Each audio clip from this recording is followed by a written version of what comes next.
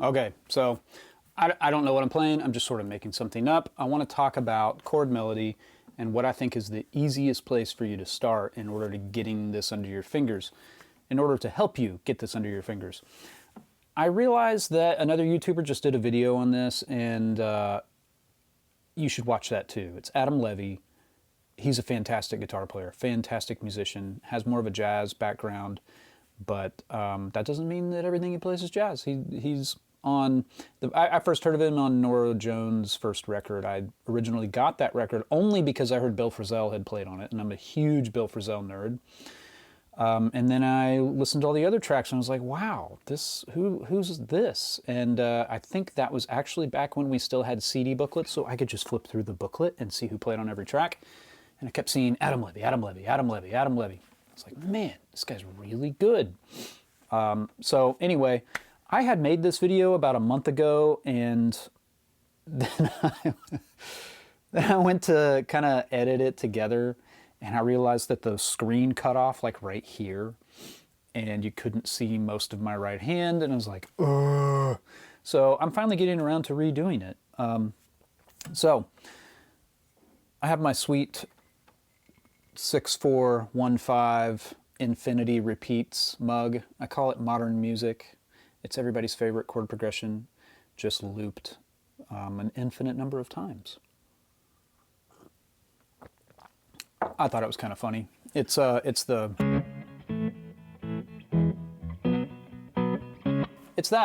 How many songs have I played on that is just that progression in whatever key the entire song? I don't know. It's way too many, hence the joke. All right, so the best place to start for chord melody, the easiest way to get in, is just focus on the melody notes and the bass notes. I want to show you how to play a Christmas song at the end of this video, since it's, you know, a week out. But let's talk about the intro part, the intro thing that I came up with. And again, that was just kind of off the top of my head. I'm playing my old 1962 Guild Starfire 3. I got this from Uncle Larry. This is the guitar that I bought from him, and when I went to pick it up, he's like, hey, check out this old Telly too. And it was the Biscuit, and I was like, dang it. That's the danger going to Tom's place to buy a guitar, is you often leave with more than one guitar. So yeah, that's how I got the Biscuit. I was originally going to pick this up. And I know I haven't played this a lot on the channel. It's a ridiculously great guitar.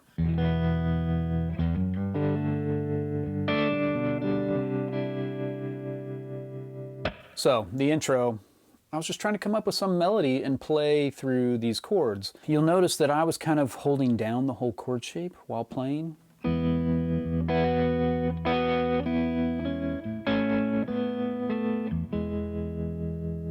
So the melody that goes through that is,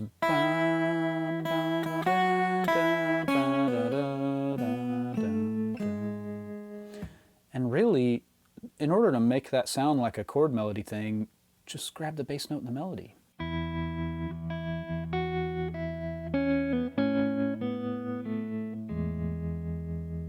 The only problem is your root notes are open strings, and holding the chord shape down while you're playing it actually helps you to mute an open string that's not supposed to ring out anymore. Like if I go, you still hear that ringing out there. So rather than having the strong one chord, it's like a 1/4. Which, you know, that's a different sounding chord, right? So I'm trying to remember what all I did. There was, basically, you can kind of just play an E major chord anywhere with this root note.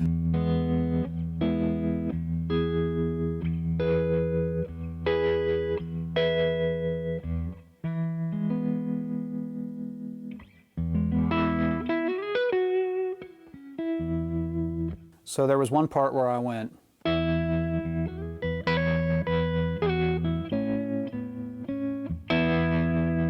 was something like that. And really, again, I'm just sort of...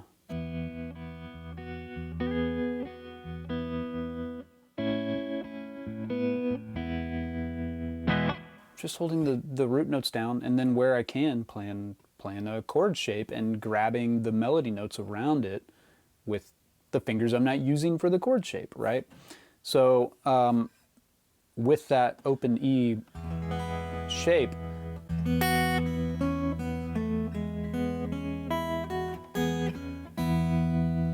there's a whole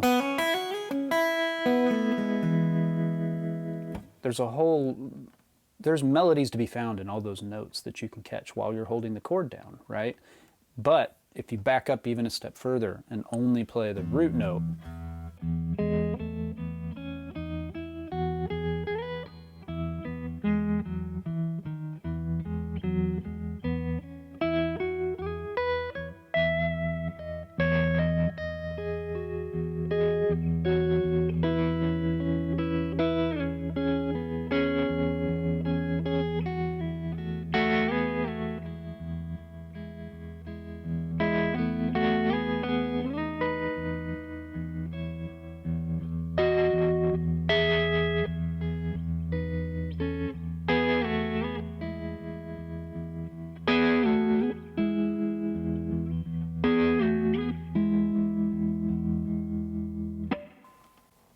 all that stuff is everywhere on the neck.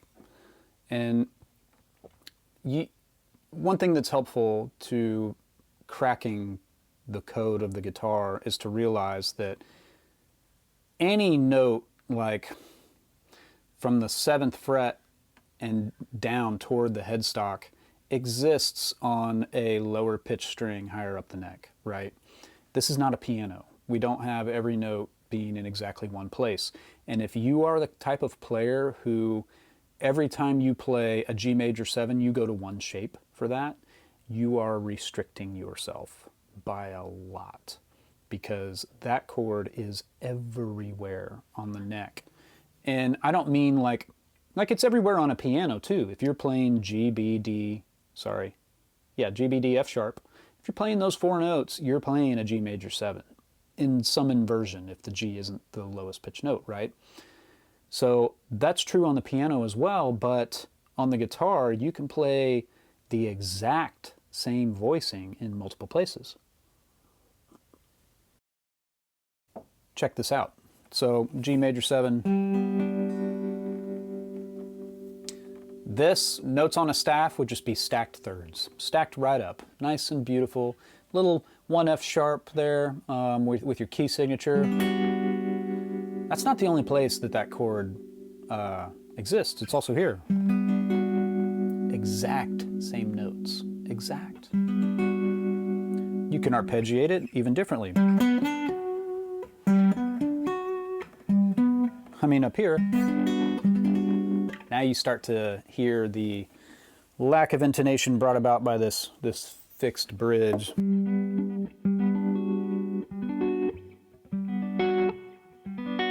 And also, you have a gap of 2 frets between your middle 2 fingers. That's not comfortable necessarily. So if you don't know where all these things are all over the guitar, it's going to be harder for you to figure out a cool way to play something that's really fluid, right? So I can play the high E string as a melody note over the low E string. What if I want to put some vibrato on just the melody note?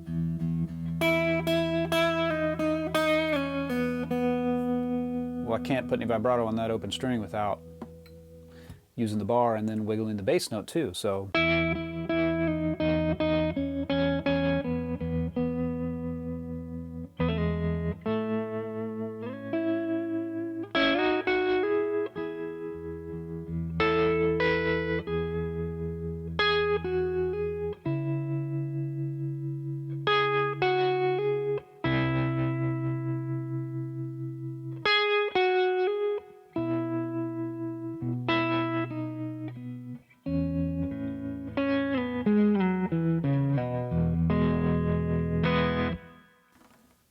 It's kind of like you're just sort of moving around the chord and everything you know of adjacent notes in it. Again, I'm not thinking like E major scale. It's this box connected to this box, connected to this box, connected to this box. This is more of a, if anything, it's more of a caged thing where we weave a melody through our chord shapes, right? We know that E's the one chord. Any one chord in any key has a 2 that is 2 half steps up from the 1. Doesn't necessarily sound like it's at rest, right? It's also down here.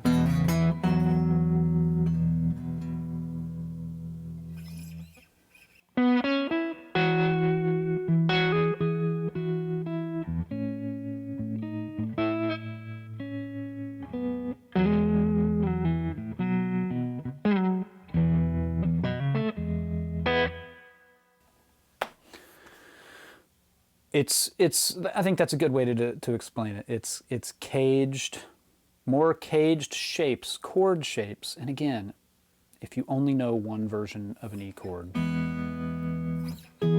or just 2,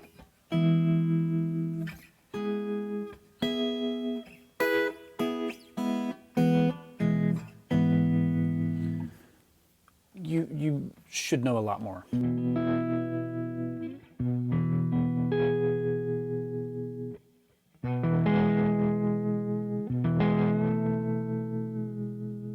I mean, they're everywhere, overlapping, same notes in multiple places.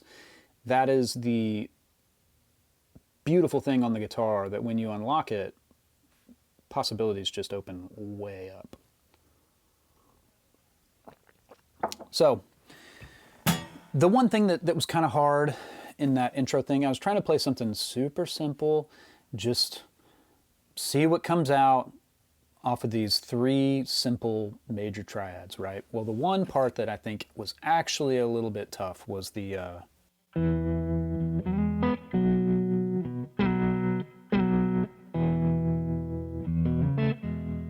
you're doing a slide, which is not difficult. I would almost never choose my pinky to do that, but I kind of have to because I don't have gigantic hands. I do not have Uncle Larry hands. I've got very average, fat hands. So I'm just sliding with my pinky while holding this bass note down.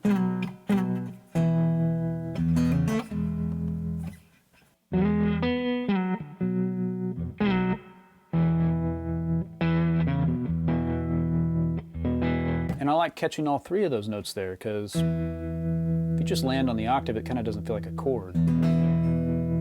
That puts the chord in chord melody to me. But again, start with just the single notes.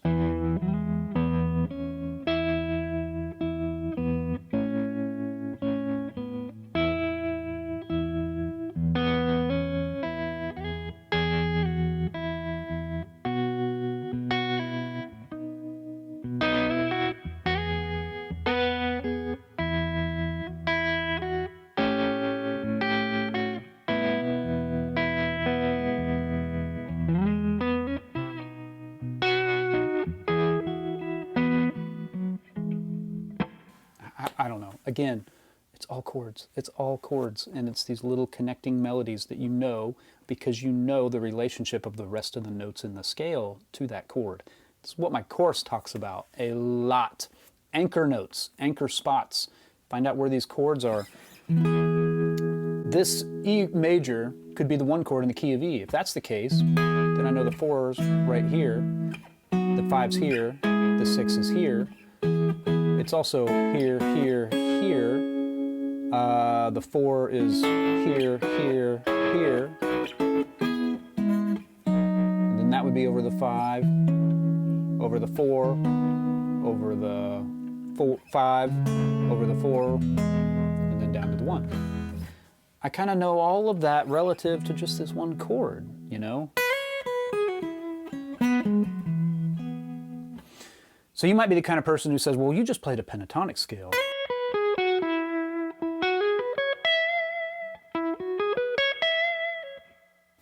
Yes. Yes, I did. I just don't think of it that way at all. I don't think in terms of scales. Scales, and maybe this is me not breaking through this, but I feel like scales make me think linearly, and then I start to hear scales, and then I check out.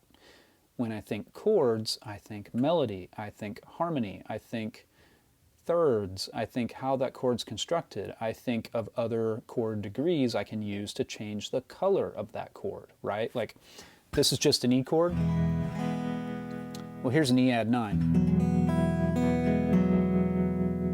That's like super pretty, right? Changes the character of the chord. Or E, E6. Or E major 7. Less clustery E major 7.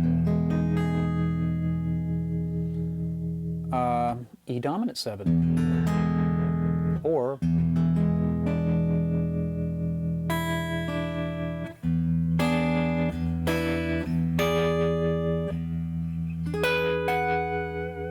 that's an E9 chord. You don't have to play E9 as this every time you see E9. You have to jump to that one spot because that's the only 9 chord you know. Any dominant voicing where you add the 2, the 9, to that shape is a 9 chord. So I could play... that's pretty close to the same shape. Just those 3 notes together.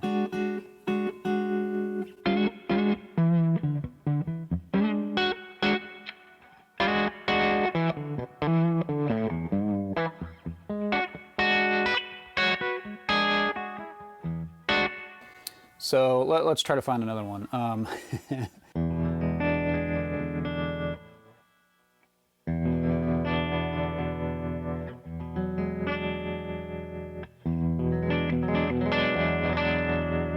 It's pretty dark. You need the 3rd, the 7, and then whatever other color tone, and that kind of will give you the flavor of that chord. This is what Freddie Greene had mastered, right?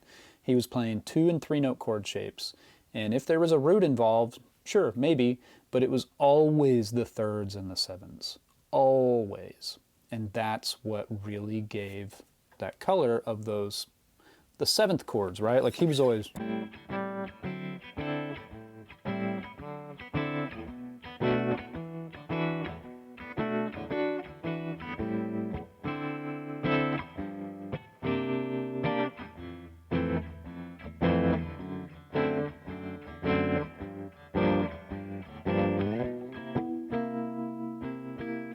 I got this. That's all 3 types of 7th chords, right? Minor 7, dominant 7, major 7. You want to get real crazy? There's a Lydian world for all you mode guys. You know what I think of that chord as? I think of it as a sus2, just putting a root, like that's a flat 6 of that sus2. And then it becomes the 4 major 7 of whatever. This would be a 4 chord in whatever key that you move it to, right? So E sus2 with a C underneath it becomes the 4 chord in the key of G. We're getting really far out there. Okay, simple Christmas song. We're going to change keys. We're going to go to the key of G. We're going to play Silent Night, okay? And I'll start off playing it how I normally do, and then I'll break it down into just roots and melody notes. So, let's see if I can remember this.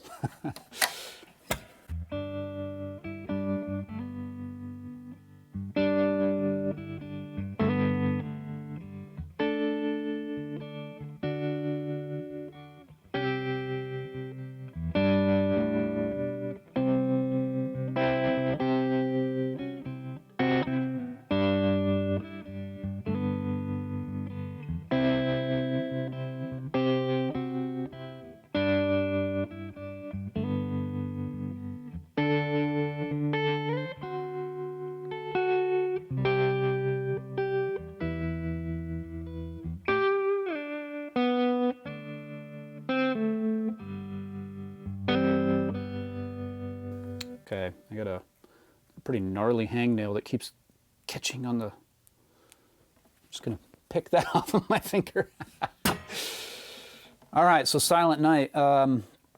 In the key of G, you could just play the bass note and the melody note.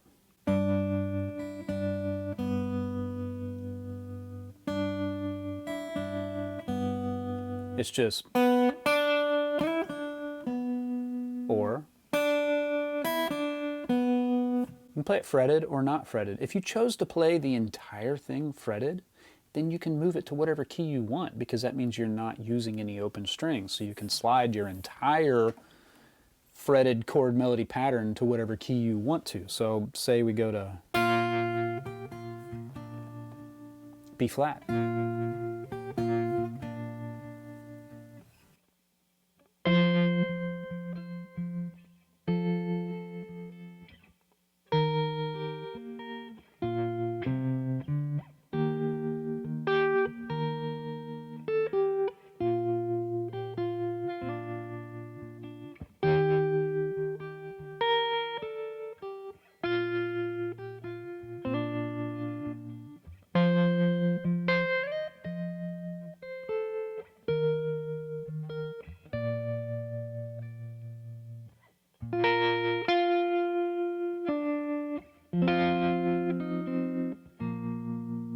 Kind of got to think as I do that, right? But this is such an easy thing to play, and it might not seem that way, the way that I just did it, and that's fine. But it's a really easy way to get yourself into this world of playing chord melody, because number one, you've got a melody that is so recognizable. Like, who hasn't heard Silent Night? Who doesn't know that melody? It's so simple and timeless. And you can literally play bass notes of 3 chords underneath that melody and make it work. So back to the key of G. The entire first part is just over a G chord.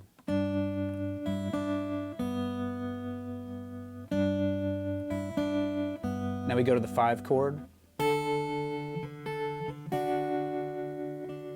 chord, to the 1, and then 4,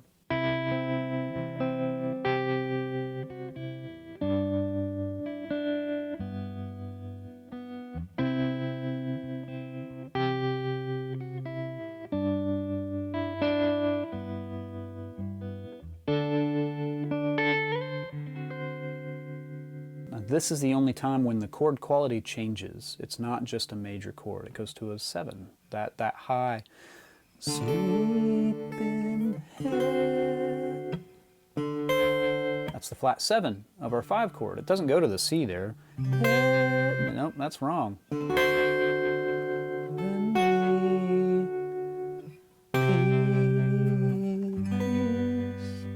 Right? And then that's kind of that's a stretch if you've got non-giant hands like me. And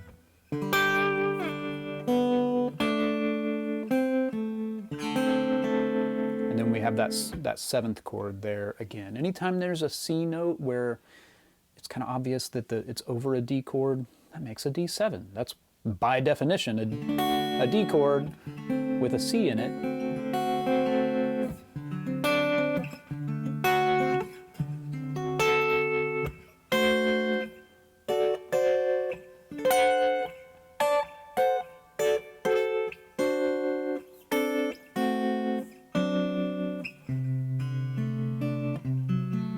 That's kind of weird.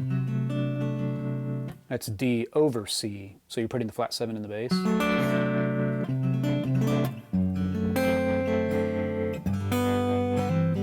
Anyway, all versions of that chord. So take that melody, play it with as many open strings as you can.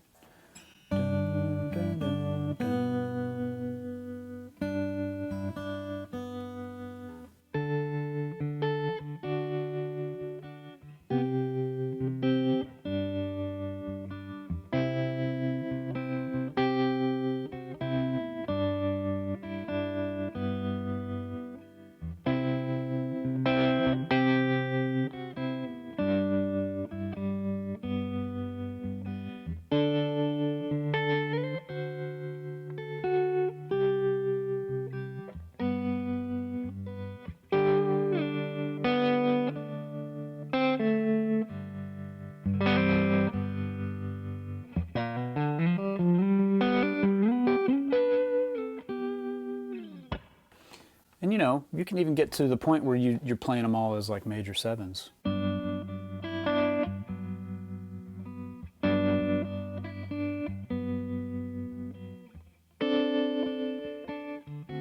Dominant 7 on the 5, right?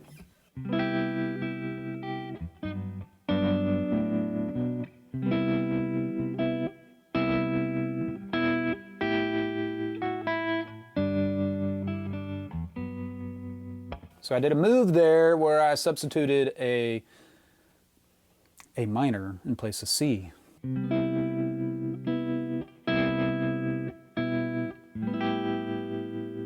So the melody is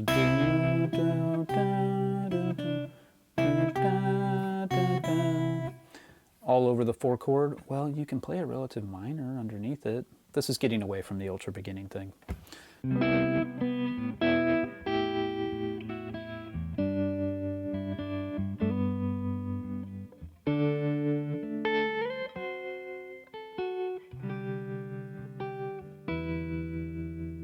There I substituted E minor for the G. It's easier to reach low open string instead of that, right?